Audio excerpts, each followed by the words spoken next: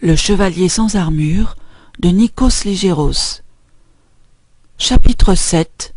Voix fascinante. Qui pouvait entendre l'œuvre du maître? Telle était la question que se posaient les gisants pendant la traversée des siècles. Ils avaient ressenti la présence et l'absence de nombreuses sociétés qui se croyaient les unes plus importantes que les autres. Néanmoins, elles avaient été incapables d'influencer l'évolution de l'humanité en quoi que ce fût. Seules quelques voix fascinantes avaient su toucher l'humanité. C'était ainsi qu'ils entendaient l'œuvre du temps à travers la pierre de la crypte. Rien de superficiel et d'indigne ne pouvait laisser une trace sur leur corps pétrifié. Le maître leur avait appris à entendre le sens à travers l'écoute des sons. Les sociétés n'étaient quant à elles que du bruit que le vent temporel se hâtait d'emporter loin d'ici. Ils se souvenaient encore, malgré le passage des siècles, des leçons du maître sur l'art d'écouter. C'était l'unique moyen de saisir les pensées des hommes et des femmes, tandis que les gens faisaient beaucoup de bruit pour rien. Seulement, ils étaient si peu à le savoir que cela ne dérangeait personne. C'était pour cette raison qu'il était si difficile d'entendre la douleur humaine, tandis que le maître du temps n'écoutait que cela. Il était capable de faire abstraction de tout le reste.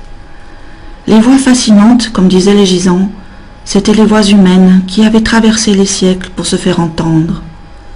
Ils étaient tous les cinq la mémoire du maître, et il était leur avenir. Seulement, ils devaient se rencontrer après plusieurs siècles dans un temps que seul le maître connaissait. Ils devaient le reconnaître grâce aux voix fascinantes. Ils étaient à l'écoute du monde, mais les voix fascinantes tardaient à venir.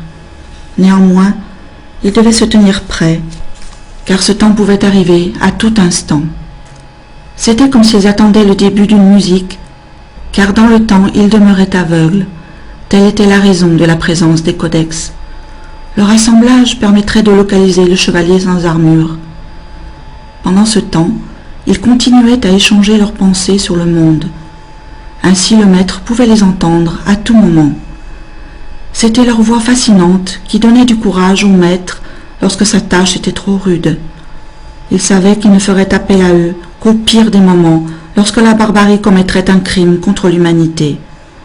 Mais pas avant, car il avait besoin de toute leur puissance pour résister au choc.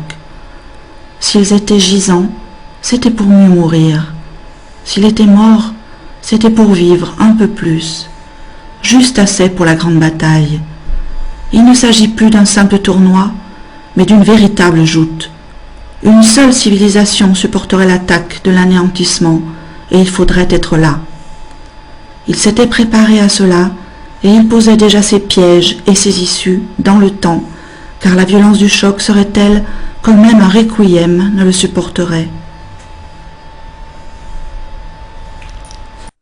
Le chevalier sans armure de Nikos Ligéros. Chapitre 7. Voix fascinante.